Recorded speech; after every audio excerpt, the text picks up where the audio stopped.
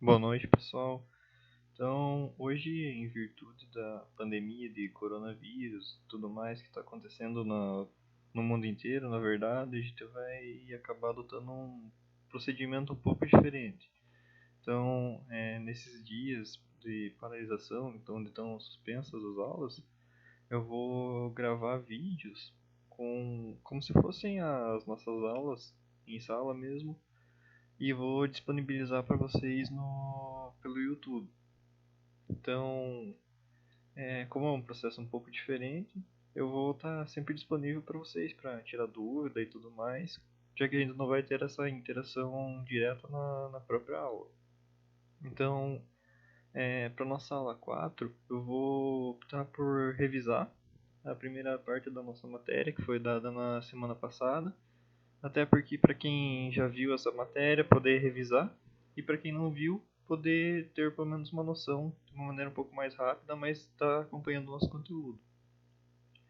Eu vou pedir para vocês também ignorarem qualquer barulho eventual que possa ter aqui, já que não é um estúdio, né? Então vai ter algum barulho, algum cachorro latindo, passarinho, mas acho que vai estar tudo certo. Então vamos lá. O nosso primeiro ponto que a gente vai estar trabalhando são as ligações. Então, como funcionam as ligações? Por que as ligações vão servir numa estrutura de madeira? Então, as ligações elas vão servir basicamente para ser o ponto de união das nossas peças. E o que vai acontecer quando a gente tem esse ponto de união entre as peças? Elas vão ser o ponto de maior concentração de cargas da nossa estrutura. E por que vai acontecer isso? Porque as ligações, seja nas estruturas de madeira, seja em estruturas de concreto armado, as junções ou ligações, elas vão estar transferindo a nossa carga dos elementos superiores para os elementos inferiores. Então, por exemplo, se eu tenho uma viga e ela vai estar ligada com um pilar, por exemplo, quem vai fazer a transferência da carga da laje que passa para a viga e vai passar para o pilar, quem vai fazer a transferência são as próprias ligações. Então, para isso que tem que ser que ela é considerada o ponto de maior fragilidade da estrutura. Geralmente também em uma estrutura de qualquer tipo, principalmente na de madeira, esses vão ser os lugares onde ocorre a ruptura. Por que acontece isso? Porque os nossos elementos, as vigas, os pilares, eles já vão estar dimensionados para estar resistindo àquele esforço. Então, em alguma situação atípica, alguma carga excepcional, alguma coisa assim, geralmente é na ligação que o esforço vai ser maior e ele vai acabar não resistindo e fraturando. Então, é ali que vai acontecer o rompimento. As ligações elas podem ser utilizadas nos elementos de madeira, principalmente agora eu vou tratar deles, podem ser utilizadas para aumentar o nosso comprimento dos elementos. Então, como vai funcionar isso? Basicamente, esse tipo de ligação vai permitir que eu faça emendas e essas emendas vão aumentar o comprimento útil das minhas peças. E por que vai acontecer isso? Por que isso é interessante, na verdade? Porque geralmente quando eu tenho vigas, quando eu compro vigas ou elementos de madeira, eles têm um tamanho pré-definido, seja pelo tamanho da caçamba de transporte ou até mesmo pela limitação a limitação natural da própria madeira. Uma vez que eu não consigo obter elementos de tamanho infinito de uma árvore, por exemplo. Não, ela tem uma altura definida e essa altura que basicamente vai dar o tamanho do meu elemento de madeira. As ligações elas também são as grandes responsáveis por dar a própria forma da minha estrutura. Então, com a união dos diferentes elementos, dos montantes, dos tirantes, das vigas, dos pilares, é isso que junto com as ligações, com isso que eu vou conseguir dar a forma da minha estrutura. Então, por exemplo, em uma treliça, o que vai fazer com que ela tenha o formato final dela são as próprias ligações. Então, para para transmitir os esforços da nossa estrutura, eu vou ter diferentes tipos de ligações e essas diferentes tipos de ligações eles vão trabalhar de maneiras bastante diferentes. Mas duas propriedades que são bastante importantes para estar trabalhando com isso são a rigidez e a resistência. Então, por que elas são importantes? Como que elas funcionam? Por exemplo, vamos tomar por exemplo a cola. aqui nesse gráfico. Então a cola, ela vai basicamente, ela vai resistir a uma tensão, a um esforço bastante grande, mas ela vai deformar pouco. Então, o que vai acontecer quando ela resistir bastante e deformar pouco? Ela vai acabar rompendo com uma pequena deformação. Então isso acaba não sendo muito interessante, porque eu não vou ter as minhas peças, elas não vão ter uma grande área para elas trabalharem. Então vai ser considerado uma peça bastante rígida, mas também frágil. Um outro exemplo que a gente pode pegar é que a gente pode observar a linha dos pregos. Então como que vai funcionar com um prego, por exemplo? Um prego, por ser um elemento metálico, ele vai conseguir, ao longo da aplicação do esforço sobre ele vai deformar bastante por uma mesma carga que vai estar sendo aplicada sobre ele. Então o que isso quer dizer? Que a minha peça ela vai conseguir deformar bastante, ela vai trabalhar, vamos supor que está trabalhando lateralmente. O meu prego ele vai entortar bastante e não vai romper. Isso pode ser bastante interessante também para nossa peça, dependendo do uso que a gente vai estar utilizando. Mas o que a gente espera, por exemplo, de uma ligação? O ideal que a gente sempre vai esperar é que a gente consiga resistir bastante e deforme bastante para que não aconteça essa ruptura abrupta da nossa ligação. Então, o mais interessante é que a gente tenha um material que resista bastante, mas que também não seja frágil, que acaba sendo um pouco difícil, mas é onde a gente quer chegar. A gente quer chegar no melhor dos dois mundos. Então, por exemplo, aqui, nesse outro gráfico, a gente pode ver, por exemplo, uma ligação que é resistente e frágil. Por exemplo, a cola que a gente está observando.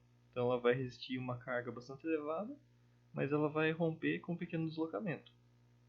Acaba não sendo interessante e não vai estar chegando perto do nosso objetivo.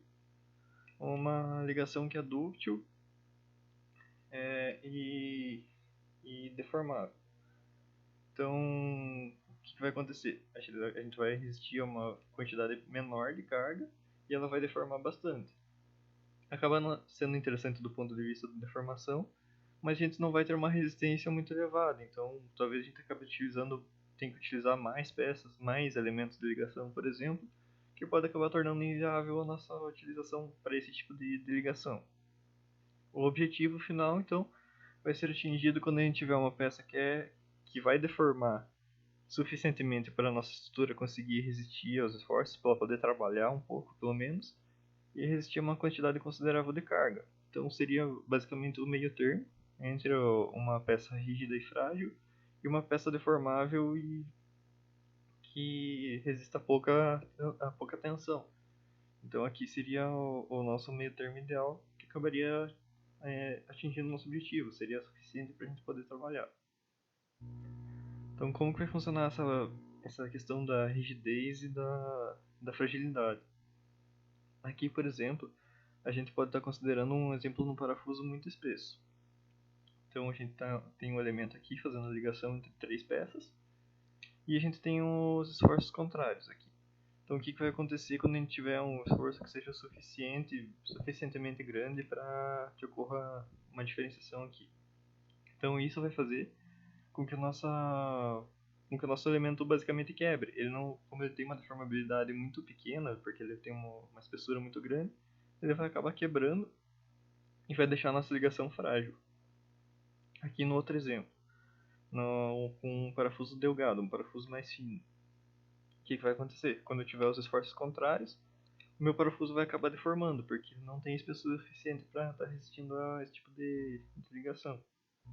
Então a gente vai ter uma estrutura também que acaba tem um comportamento um pouco diferenciado com relação ao do parafuso espesso.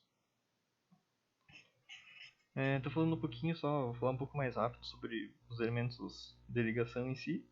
Então, um prego, o que a gente precisa saber basicamente? O prego é um elemento que é fixado por impacto, como a maioria das pessoas já conhece, e tem que ter um diâmetro mínimo superior a 0,3 cm ou 3 mm, que é um prego fininho, e essas são as dimensões mínimas para ele ser considerado um elemento de ligação estrutural. Então eles podem ser utilizados tanto em ligações temporárias quanto em ligações definitivas. Geralmente eles são mais utilizados em ligações temporárias, mas por exemplo, em peças de wood frame eu posso estar usando ele como uma ligação definitiva. E também em elementos estruturais também posso, só a gente vai ter algumas considerações diferentes que eu vou falar um pouquinho mais pra frente. Ele tem, para ser considerado um elemento de ligação estrutural, a gente também tem que considerar que vão ser feitos furos, furos prévios, esses nos próprios elementos de madeira, para evitar quando eu estiver inserindo o pino na minha madeira, por exemplo, se eu não fiz o furo na minha madeira, eu não fiz o furo prévio. Se eu for inserir um prego de uma espessura maior, uma espessura considerável na madeira, quando eu estiver fazendo a inserção, as fibras da madeira vão estar sendo separadas. E isso vai gerar basicamente um processo de fissuração na minha madeira, um rompimento ali, que vai acabar retirando completamente a resistência estrutural que eu estaria tendo. Então isso não é interessante, é por isso que são realizados os furos prévios no meu elemento de madeira. O aço que vai ser utilizado para a confecção dos pregos ele também tem que ter uma resistência mínima de pelo menos 600 megapascal. E a rigidez das peças ela tem que ser suficiente, mas não extremamente elevada, para que eu evite a fratura dessa peça no impacto, por exemplo. Então tem que ser resistente, mas não frágil. Porque, por exemplo, como é uma peça que é impactada, o prego ele sofre impacto para penetrar, ele não pode ser muito frágil, porque senão, por exemplo, eu dou uma martelada e o meu prego quebraria. Então tem que ser rígido, mas não extremamente frágil. Tem que ser basicamente um meio termo. Então, para perfuração dos pregos, como que eu vou trabalhar? Se eu tenho uma árvore que é uma dicotiledônia, que são umas árvores, por exemplo, um ipê, um eucalipto, árvores que têm flores, que conseguem ter uma floração, ou frutos também, a gente vai trabalhar com o diâmetro do furo igual a 0,98 ou 98% do diâmetro do meu pino, diâmetro nominal do pino. E se for para uma conífera, que vai ser uma conífera? Um pinus, uma araucária, por exemplo. Então eu vou estar trabalhando com o diâmetro do furo como 0,85 ou 85% do diâmetro nominal do meu pino. Isso vai ser exatamente para evitar aquela fissuração da madeira. Então são especificações que têm que ser consideradas na realização da ligação. E aqui a norma ela estabelece uma consideração que para estruturas provisórias a gente não precisa realizar essa perfuração. Mas por que isso? Exatamente porque ela é provisória. Então, por mais que eu tenha o rompimento das fibras, a separação das minhas fibras, ela não vai estar resistindo a uma carga permanente. Então, pelo período temporário, por um prazo temporário ali que ela vai estar resistindo, ela vai ser suficiente, já que ela não vai estar durante, por exemplo, 50 anos resistindo ao peso da estrutura.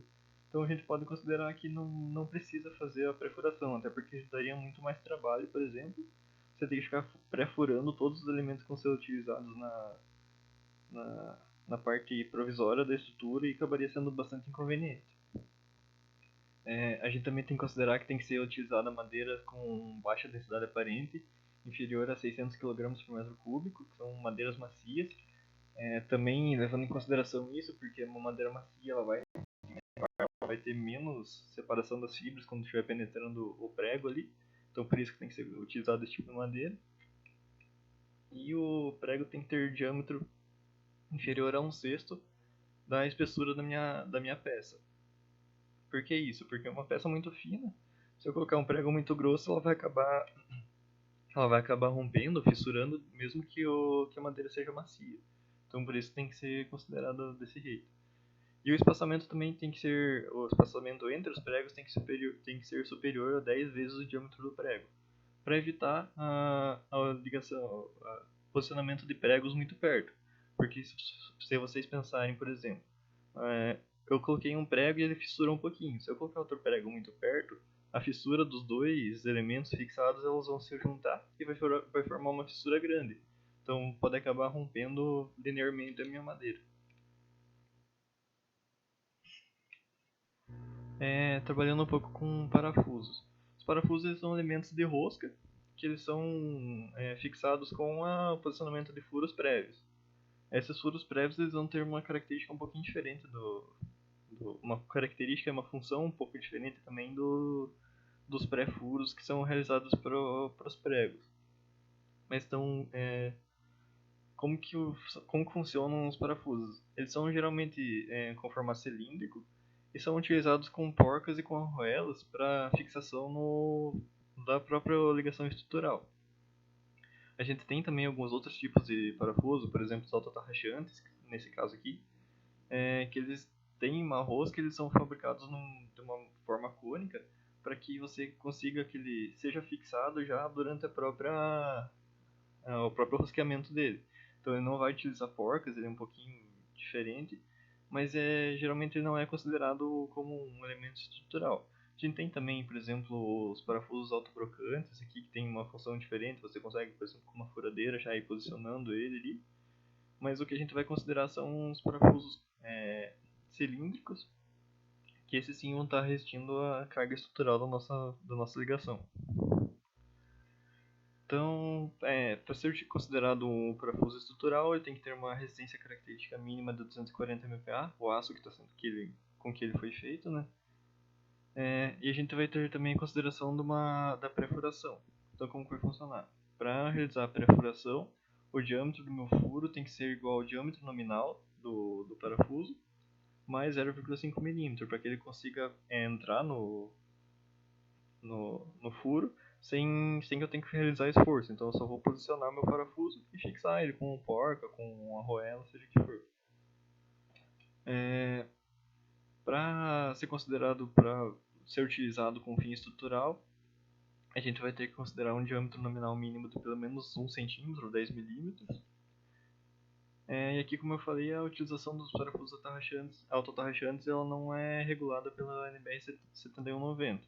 Então, a gente pode utilizar ele para fazer outras coisas, fixar alguns elementos mais finos, alguma coisa assim, só que a gente nunca vai estar considerando eles para o cálculo da ligação estrutural.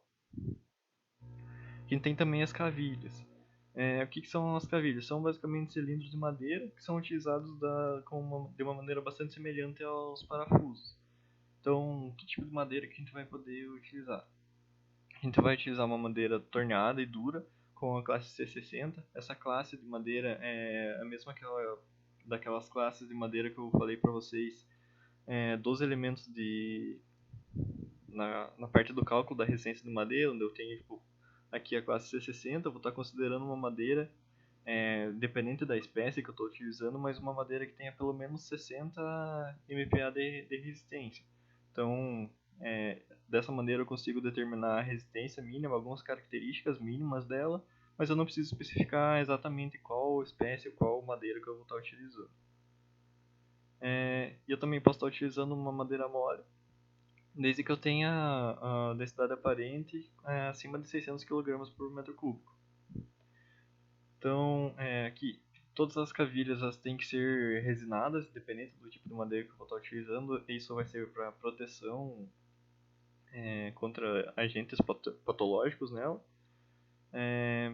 Elas são alocadas em furos previamente feitos, bem parecido com parafuso, e geralmente elas têm diâmetros definidos, 16, 18 ou 20 milímetros. O diâmetro dos furos agora tem que ser exatamente do diâmetro das cavilhas que eu vou estar utilizando. E elas podem ser utilizadas em ambientes, por exemplo, com alta taxa de corrosão metálica. Por que vai acontecer isso? Porque nesses ambientes eu vou estar evitando uma corrosão e garantindo que a minha estrutura permaneça lá por mais tempo. Então, aqui são as considerações gerais para todas as ligações. O atrito entre os dois elementos de madeira ele não pode ser considerado, embora ele vai existir, ele vai estar presente, mas a gente não considera para fim de cálculo. As peças de fixação, os estribos, braçadeiras, os grampos, eles não vão ser considerados, então os elementos que eu vou estar utilizando só para o posicionamento da minha madeira, eles não podem ser considerados para cálculo. A NBR 7190 ela vai proibir ligações com apenas um pino, até porque uma ligação com um pino ela pode se movimentar, então vai acabar sendo bem inconveniente. E as ligações com 2 ou 3 pinos elas têm que ser consideradas, só podem ser utilizadas em ligações isostáticas, que eu tenho só a transferência da carga vertical para minha estrutura, então é uma ligação mais simples, digamos assim. E as ligações com mais de 4 pinos elas já podem ser consideradas ligações rígidas, que é basicamente como a gente vai trabalhar. Eu tenho também o tipo de ligação com entalhe e com tarugo. Então, como vai funcionar a ligação por entalhe? A ligação por entalhe vai ser basicamente, eu vou cavar na minha peça e vou encaixar outro elemento que vai estar chegando sobre ela por cima dessa peça. Então, vai ser basicamente um encaixe que eu vou estar realizando. Nesse caso, então, só as peças de madeira que vão estar sendo responsáveis pela transmissão dos forços. Eu vou ter geralmente elementos de fixação aqui, por exemplo, uma embraçadeira, alguma coisa, que vai estar fixando os dois elementos, mas eles não são considerados para fins de cálculo.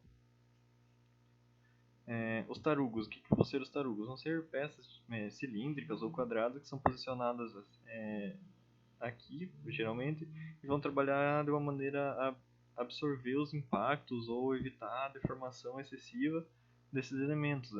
Um impacto pode quebrar, pode lascar, alguma coisa assim. Os tarugos eles vão estar evitando essa fragilidade ali e vão estar transferindo a todo como transmissores dos esforços para os outros elementos. Os anéis. Como que vão funcionar os anéis? Eu tenho vários tipos de anéis. E vão trabalhar, embora trabalhem de uma maneira semelhante, mas eles são diferentes entre si. Então, por exemplo, aqui, eu vou ter um anel dentado. Ele vai ser fixado na própria madeira, ele vai estar penetrando na madeira e é fixado geralmente com parafuso no interior para ele ficar bastante rígido. E então essa outra peça vai ser fixada em outro elemento de madeira. Então, por pressão, ele vai acabar juntando dois elementos, fazendo com que eu tenha uma ligação considerada rígida. E ele também pode ser utilizado como um elemento estrutural. A gente vai ver mais pra frente como que é realizada essa consideração. Eu vou ter também chapas metálicas que são utilizadas para unir os elementos. Então aqui a gente consegue ver como que é realizada essa união, uma união lateral, mas ela também pode estar sendo trabalhada.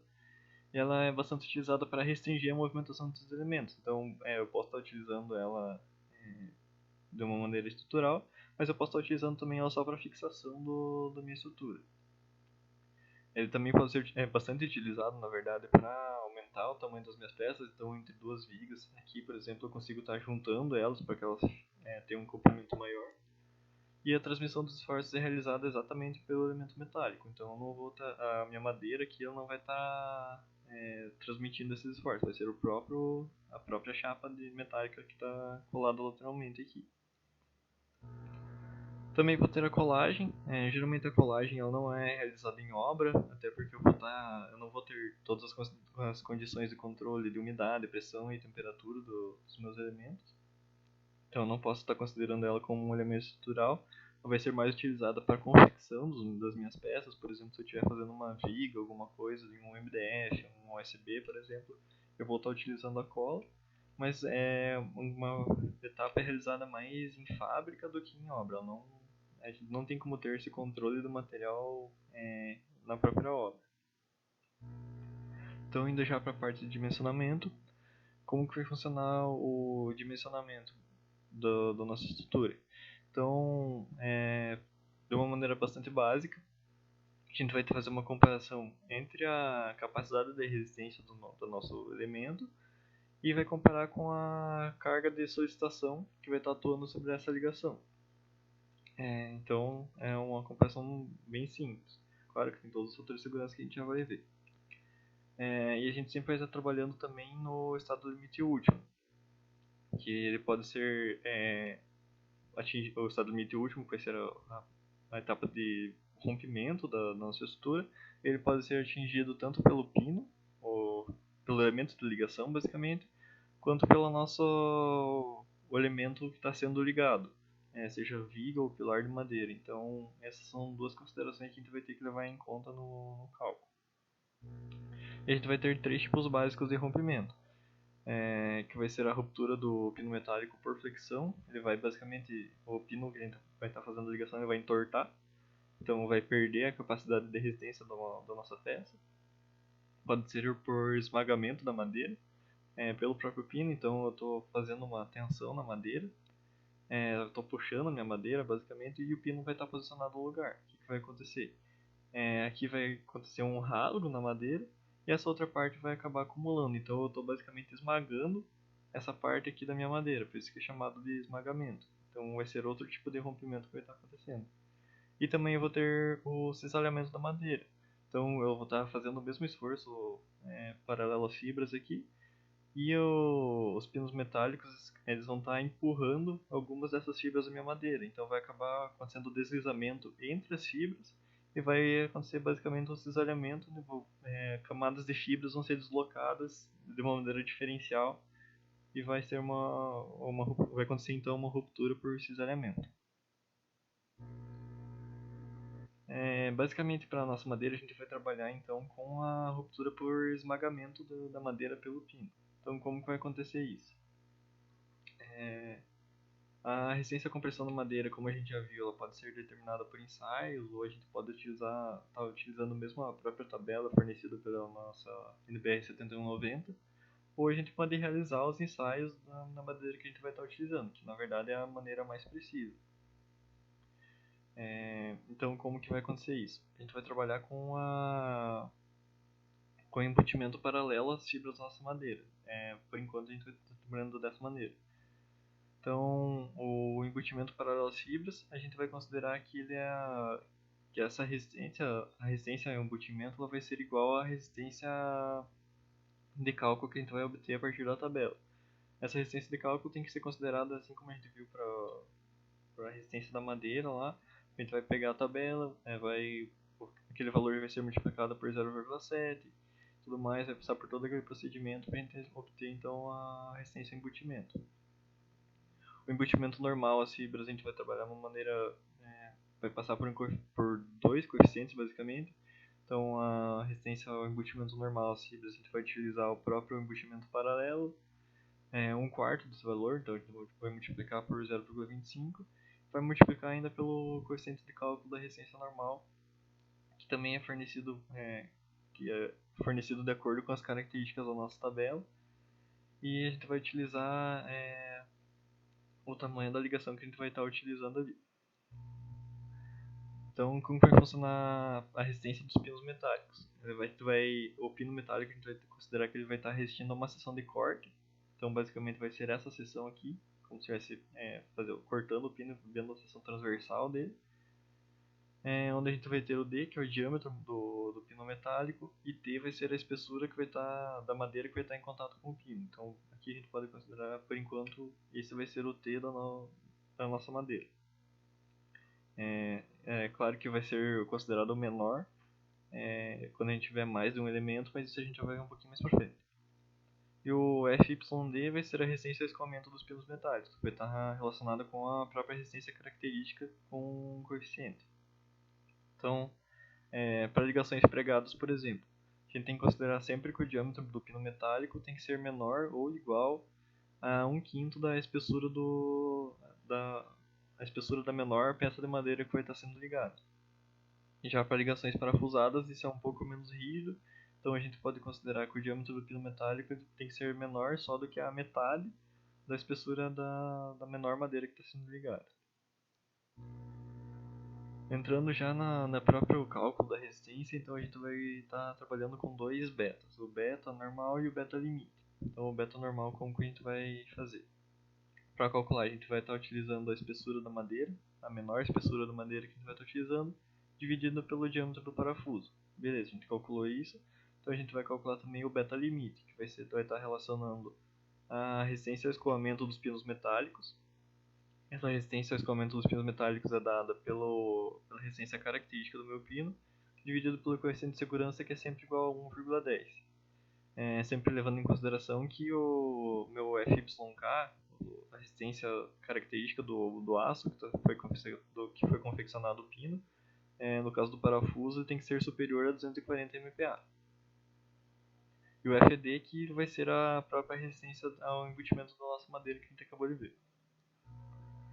Então, a gente vai ter duas situações. a gente já calculou os nossos betas, então se o nosso beta for menor ou igual ao nosso beta limite, então a gente vai ter uma ruptura por embutimento do pino na madeira.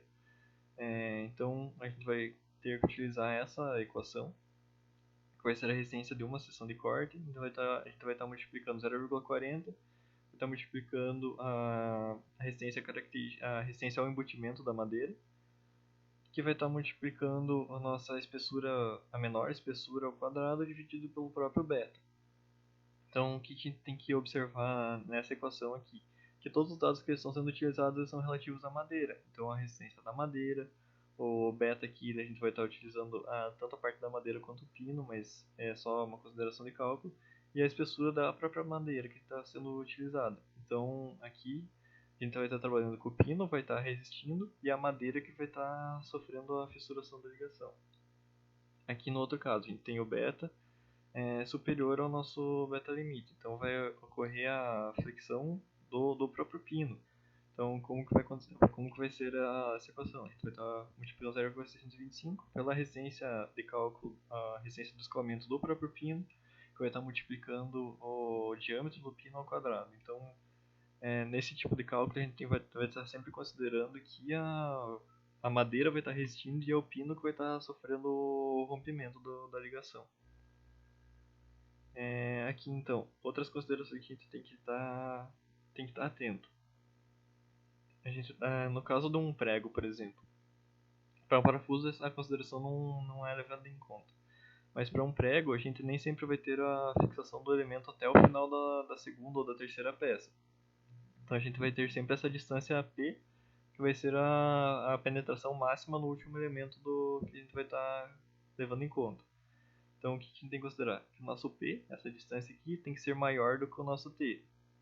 Esse T vai ser a menor espessura, então se essa peça for muito fina, o meu P ele tem que ser superior pelo menos a essa espessura aqui. Então essa é uma consideração que a gente sempre tem que estar atento. E também a gente tem que levar em conta que o nosso Pzinho, a penetração, ele tem que ser maior do que 12 vezes o diâmetro do pino. Então, se eu tenho um diâmetro do pino de, sei lá, 10 milímetros, eu tenho que penetrar pelo menos 120 milímetros na última peça de madeira. Então, essas são as considerações que a gente tem que estar atento. E também, em situações que a gente tem mais uma seção de corte, o que vai ser uma seção? A ligação entre as duas peças de madeira vai ser considerada uma seção. Então, aqui, por exemplo, nesse outro elemento a gente vai ter duas seções, porque a gente tem duas áreas de contato entre os elementos de madeira. Então, quando a gente tem mais uma seção de corte, a gente vai ter que fazer umas considerações para encontrar o nosso T. Então, o que vai ser o Tzinho? A gente vai calcular primeiro, vai encontrar o menor valor entre o T1 e o T2 sobre 2. Então, o que vai ser o T1? A espessura desse primeiro elemento, e o T2 sobre 2 a gente vai estar considerando porque o elemento do meio vai estar em contato com com duas peças. Então, metade vai estar relacionado com cada seção. Então, por isso que a gente divide sobre 2. Então, o menor entre o T2 sobre 2 e o T1 vai ser considerado o nosso T primeiro. Daí a gente vai calcular isso também para outra parte da nossa peça. O T2 sobre 2 vai estar comparando com o T3, que é esse outro elemento aqui. Então, entre tudo isso, a gente vai estar encontrando o menor valor de T, e esse T que vai ser considerado aqui para nossos fins de cálculo, tanto aqui quanto aqui. Então, isso tem que a gente sempre tem que estar atento a isso.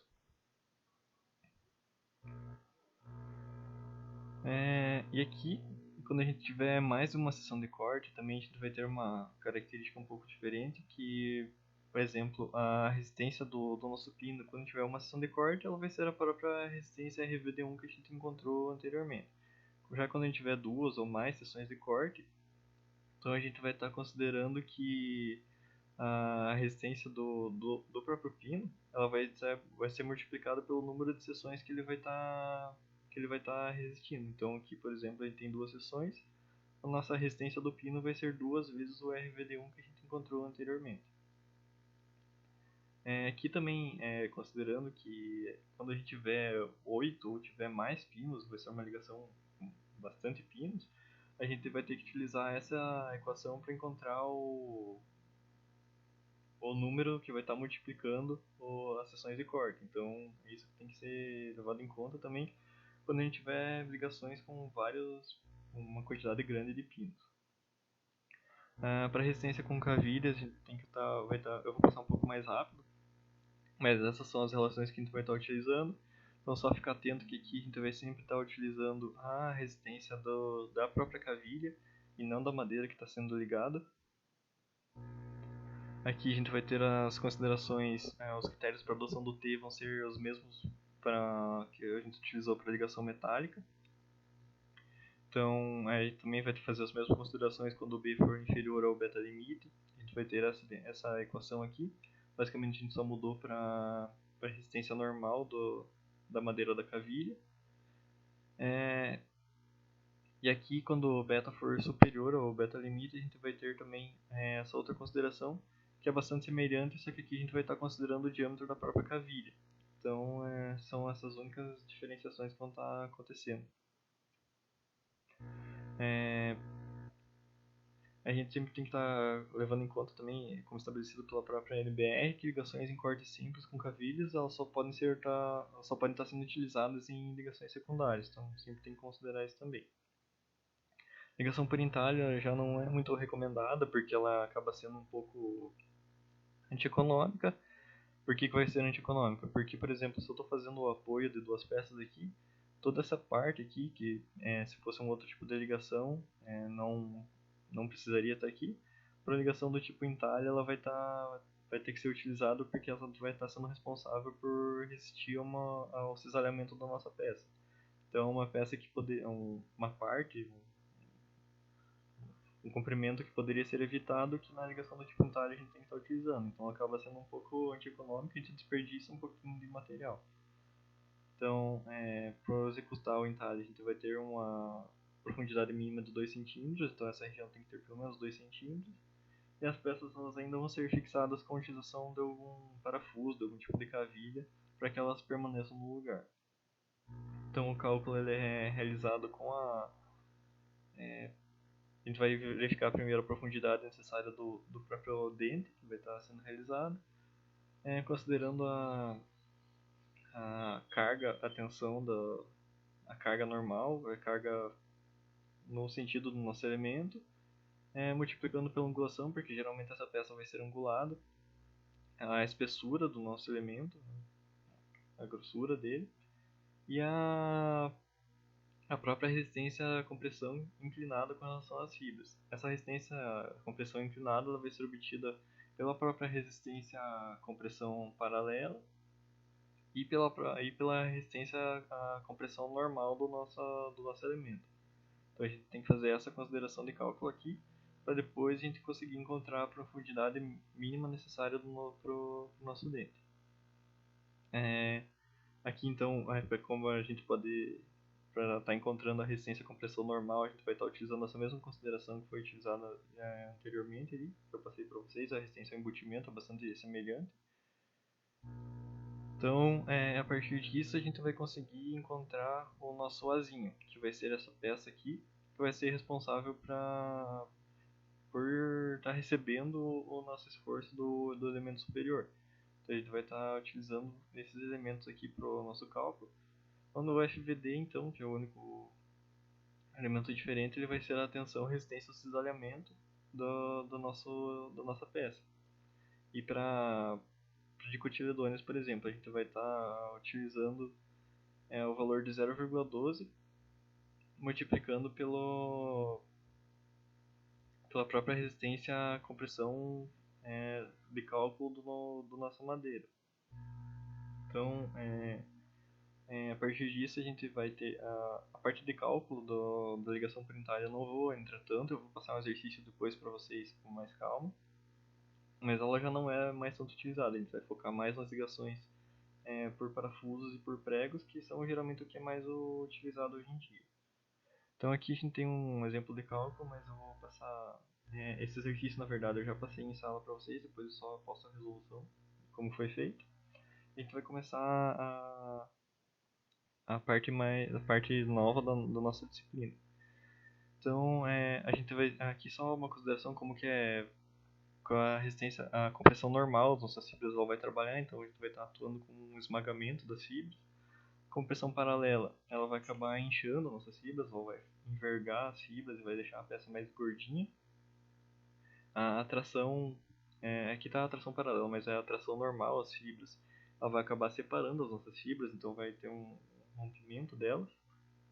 E a atração paralela, a gente vai estar basicamente esticando a nossa peça, então a gente consegue observar, aqui claro está bastante exagerado, mas um afinamento da nossa peça.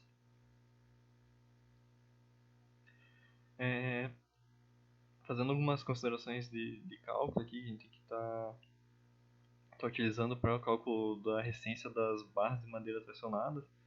Então a gente vai estar sempre considerando o material como comportamento elastofrágil. O que vai ser isso? O comportamento elastofrágil vai ser representado por esse gráfico aqui, onde a gente tem uma tensão, uma linearidade entre a tensão e deformação. Então vai ser uma peça linear até que ocorra o excesso da tensão que ela resiste. Então ela vai só, a partir daí, estar deformada já até o rompimento dela. Diferente, por exemplo, de uma peça laçoplástica, que vai estar resistindo à tensão, deformação, ela vai estar deformando e ainda resistindo à nossa tensão. Então ela vai sofrer de uma maneira diferente e ela vai esticar. Então ela vai deformar de uma maneira diferente, é um comportamento mais plástico dela. Então ela vai deformar e a partir disso ela só vai continuar deformando sem resistir até o rompimento. Uma deformação elastoplástica perfeita, ela vai estar deformando até que ela atinja a resistência máxima dela, e então ela só vai, a partir daí ela só vai deformar sem tá aumentando a resistência dela. Então é uma característica diferente que a gente vai estar trabalhando. Então aqui também a gente está considerando que caso a gente não consiga determinar a resistência à tração ou a resistência à tração paralela às fibras da madeira, a gente pode estar utilizando essa consideração de cálculo. A gente tem a resistência à tração dela nas tabelas fornecidas pela NBR, mas caso esteja fazendo um ensaio e eu queira utilizar de uma maneira mais realista o próprio FCK, que é o FCK resistente da minha madeira, eu posso estar trabalhando com a resistência à tração a partir dessa consideração. E para fins de cálculo eu vou considerar a resistência à tração normal às fibras nula para o estado limite último. Então eu não vou estar considerando que a resistência à tração no caso essa situação aqui, a tração normal às fibras, ela não vai estar exercendo resistência. Então aqui para o comportamento elastofrágil, a proporção tensão-deformação ela vai ser linear até que aconteça a ruptura do meu material. Então, a partir daqui eu não considero mais a resistência da minha peça. Então, como que vai funcionar a parte de emendas da minha madeira? Então, a madeira, ela, de uma maneira geral, ela apresenta uma boa resistência à tração paralela às minhas fibras. E geralmente a gente vai estar utilizando seções que são maciças. Elas podem ser tanto simples quanto múltiplas. Aqui no caso vai ser uma seção simples, que é uma peça só. Ou elas podem ser múltiplas quando eu vou estar trabalhando com duas peças, por exemplo, que vão estar ligadas. Então essas duas peças vão estar resistindo ao mesmo esforço. Para realizar essas emendas, então eu posso estar utilizando tanto parafusos como cavilhas, que vão ser elementos de ligação. Vão estar fixando essas tábuas laterais para realizar a emenda. E vão ser consideradas então essas ligações como ligações pouco rígidas e são ligações longas. Posso estar utilizando conectores metálicos, como nesse caso aqui, que eu vou estar ligando os dois elementos. E vão ser ligações que vão ser consideradas muito rígidas, porque eu vou ter uma fixação bem rigorosa, e são ligações curtas. A gente pode ver a diferença do tamanho da ligação. E eu posso estar trabalhando com ligações com pregos, por exemplo. Como nessas situações aqui, onde eu vou ter ligações muito rígidas e vão ser ligações longas, porque eu preciso de uma área considerável para estar realizando essa ligação. Então eu consigo fixar meus elementos, mas cada tipo de ligação vai estar relacionado com uma certa característica. Então, aquelas ali são as talas que são as talas de madeira que vão estar sendo fixadas. A gente também tem as talas laterais que podem ser metálicas, para realizar a emenda da minha madeira. Então, de uma maneira semelhante às salas de madeira, a gente também vai poder utilizar prego, parafuso, mas esse tipo de tala lateral, as metálicas, elas não são muito consideradas porque eu sempre vou ter uma furação diferencial entre o aço e a madeira. Então a ligação ela vai acabar tendo uma variação muito grande e a gente não vai estar, geralmente não é utilizado. A gente tem também as emendas que vão ser realizadas por entalhes. Então, para isso a gente não pode estar utilizando madeira verde, porque a madeira verde ela ainda vai trabalhar um pouco, ela pode entortar, ela pode diminuir de tamanho, então vai estar gerando uma movimentação diferencial. Então aqui a gente tem que considerar que a retração da madeira, quando ela está secando ainda, ela pode gerar esse deslocamento e vai impedir com que a transferência dos forças ela ocorra de uma maneira mais eficiente. E mesmo para que a gente esteja utilizando emendas por entalhes, a gente sempre vai estar utilizando elementos de fixação, que vão ser pregos, parafusos ou chapas metálicas, exatamente para manter esses elementos no lugar. Eles não vão estar resistindo ao esforço, eles não vão estar transferindo os esforços, mas eles sempre têm que estar ali presentes para estar realizando a fixação. Então, entrando em algumas disposições construtivas para as peças de madeira, então para as vigas, por exemplo, vigas, pilares, que vão ser considerados principais. Então, as vigas, os tirantes, os pilares principais da minha estrutura sempre vão ter que ter uma área transversal mínima de pelo menos 50 centímetros quadrados, com uma espessura mínima de 5 centímetros. Então, aqui está um exemplo de uma peça, por exemplo, uma peça mínima que eu vou conseguir ter. Se eu preciso de 50 centímetros quadrados, eu tenho que, e a espessura mínima é de 5, então para esse elemento tem que ter pelo menos 10 centímetros de largura. Quando eu tenho peças múltiplas, a área mínima de cada elemento tem que ser de 35 centímetros quadrados e a espessura mínima de 2,5. Então aqui um exemplo das duas peças com os tamanhos mínimos podem ser utilizadas quando o elemento é considerado principal. Já em peças secundárias que não vão tá servindo de auxílio só para essas peças principais, não está transmitindo algum esforço secundário. Então eu posso estar utilizando uma seção mínima de 18 centímetros quadrados, como nesse caso aqui, com uma espessura mínima de 2,5 centímetros. Então, como nessa situação aqui, essas são as dimensões mínimas que eu posso ter para essa peça. E também quando eu tiver peças secundárias com múltiplas, eu posso estar trabalhando com 18 centímetros quadrados também de área mínima, mas a espessura nesse caso ela vai diminuir para 1,8 centímetros. Então aqui a gente vai estar vendo um exemplo de quais são as dimensões mínimas que eu posso estar trabalhando para esse tipo de peça. Algumas considerações também a respeito da flambagem dos nossos elementos. Então, por exemplo, se eu tenho uma peça, uma viga, principalmente uma viga nesse caso, que vai estar sujeita à compressão. Então a gente sempre vai ter que respeitar a relação de 40 vezes do comprimento máximo, 40 vezes a espessura da nossa peça para considerar o comprimento máximo. Então o comprimento longitudinal máximo vai ter que ser 40 vezes a espessura da minha peça.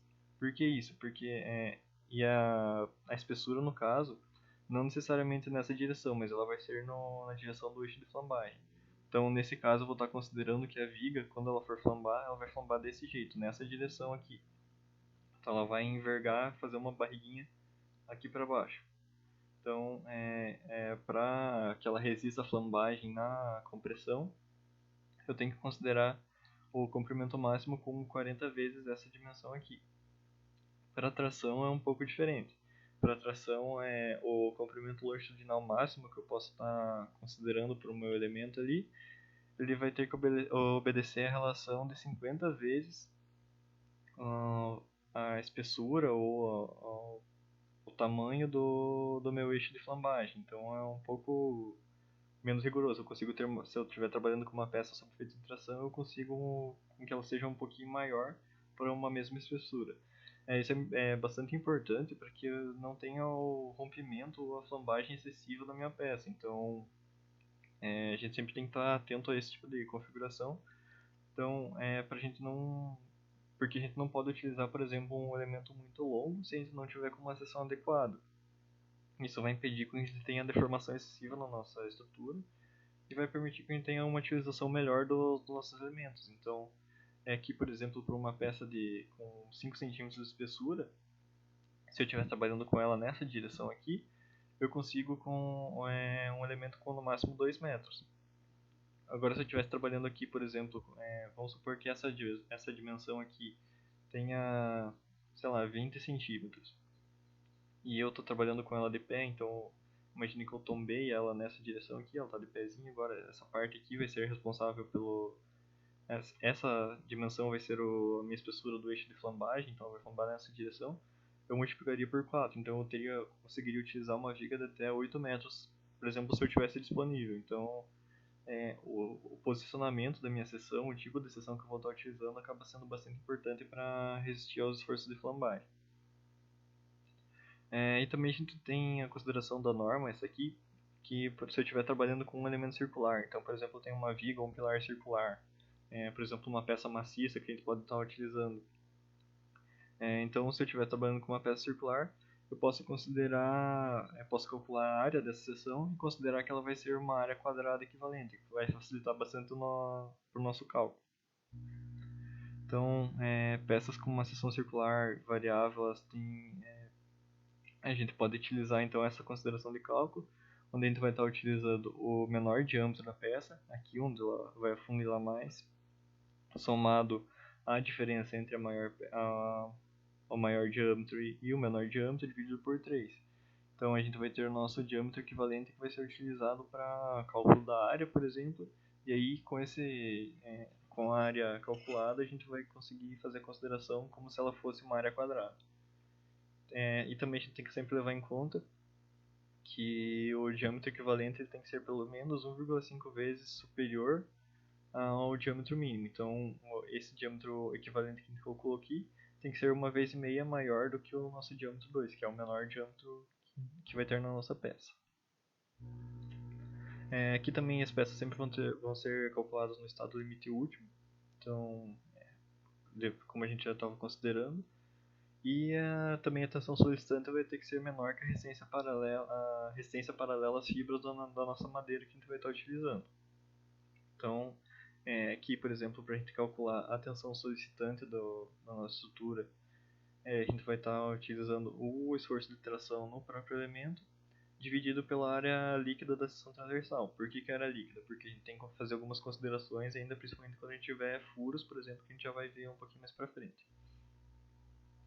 E o FT0D aqui vai ser a resistência à tração paralela às fibras de madeira, que vai ser o FCK que passou pelo processo do CAMOD e tudo mais que a gente já viu. Então, para uma ligação com pregos, como que a gente vai calcular a área líquida da seção transversal? Então, aqui vai ser a área líquida, a gente vai estar calculando. O AG vai ser a seção bruta do elemento, então desconsiderando tudo ainda. E o N vai ser o número de furos, o número de pregos ou de parafusos que a gente vai estar... o número de pregos, nesse caso, que a gente vai estar utilizando. O D vai ser o diâmetro dos pregos que vão estar sendo utilizados. E o B é a própria espessura da madeira. Então, como que a gente vai fazer esse cálculo?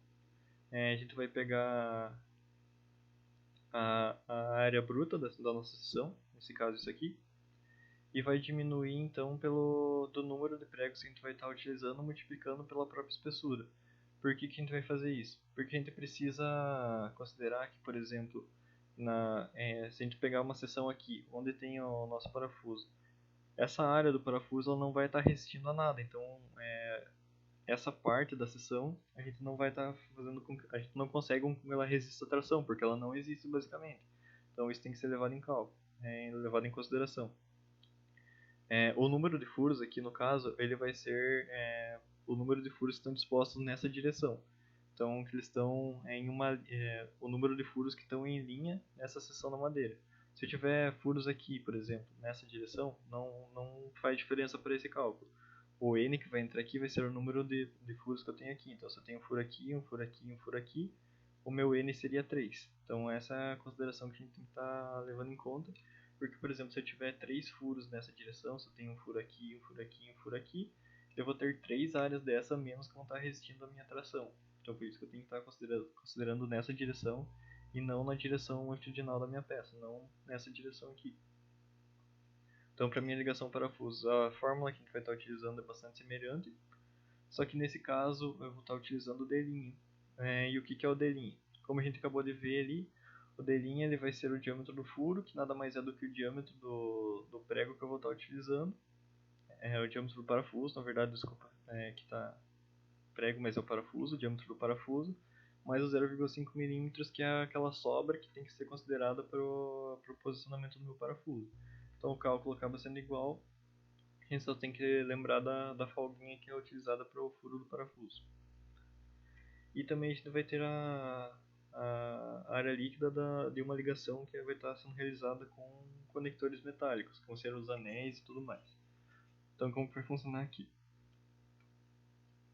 A gente sempre vai ter que diminuir a área transversal projetada, vai ter que diminuir dessa área a área do entalhe e a área do parafuso. Então como vai funcionar? Eu tenho minha área líquida, que vai ser igual à área total, menos a quantidade de elementos que eu vou ter aqui. Então aqui nesse caso eu só tenho um na minha seção, que vai estar multiplicando o diâmetro do entalhe. Então essa parte aqui, o diâmetro do entalhe, pela espessura do entalhe também. Então essa espessura aqui, até onde foi o entalhe do meu anel. Eu vou estar diminuindo também, nesse caso aqui eu vou estar diminuindo essa partezinha aqui, então eu vou estar considerando somente essa área. Então eu vou ter que estar diminuindo dessa área aqui também, vai ser essa parte azul aqui, o B-T. Por que vai ser o B-T? Porque o B é a espessura total do meu elemento, vou estar diminuindo do T, então eu vou estar multiplicando essa espessura aqui pelo meu D', que é a espessura do parafuso, com a própria folga dele. Então eu vou estar diminuindo toda essa área aqui, tanto a vermelha quanto a azul, da minha área total. Então aí eu vou ter a minha área líquida do conector. Então, quase finalizando agora, a gente vai ter algumas considerações finais. Então, como que a gente vai estar trabalhando? Então, para a gente utilizar furos que vão estar desalinhados, por exemplo. Então, eu tenho esse posicionamento de furos aqui nesse caso. Então, se eu fizer uma seção aqui, por exemplo, aparentemente eu só vou ter um furo, mas as normas, tanto a norma norte-americana quanto a Eurocode, elas têm algumas considerações. Então eu posso fazer uma seção nesse furo aqui, então eu estou cortando a madeira desse lado aqui. Mas se a distância entre esse furo e esse próximo aqui, ela for menor do que 4 vezes o diâmetro desse furo aqui, ou dos furos na verdade, então se essa distância for menor do que 4 vezes os meus furos, o diâmetro dos furos, ela tem que ser considerada como se esses dois furos estivessem na mesma linha. Então vai ser basicamente esse caso aqui, onde eu vou estar com uma seção, embora fisicamente eu só tenha um furo, como o diâmetro dele, como a distância entre eles é menor do que 4 vezes o diâmetro, eu tenho que considerar que eles estão na mesma linha. Então eu vou ter que diminuir 2 vezes o diâmetro dos parafusos da minha área total, da minha área bruta. A consideração é um pouco diferente para o Eurocode, onde ele considera 3 vezes e meia o diâmetro, então acaba sendo um pouquinho mais rigoroso do que a norte-americana, mas a gente vai estar utilizando a consideração da norma norte-americana.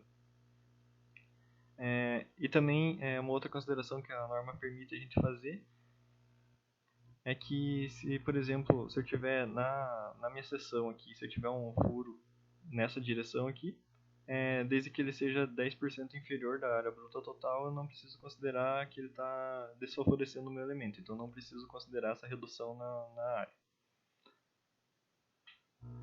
Então, aqui, por exemplo, como eu estava falando para vocês, se essa distância for menor aqui, eu tenho que considerar com que os meus furos vão estar alinhados.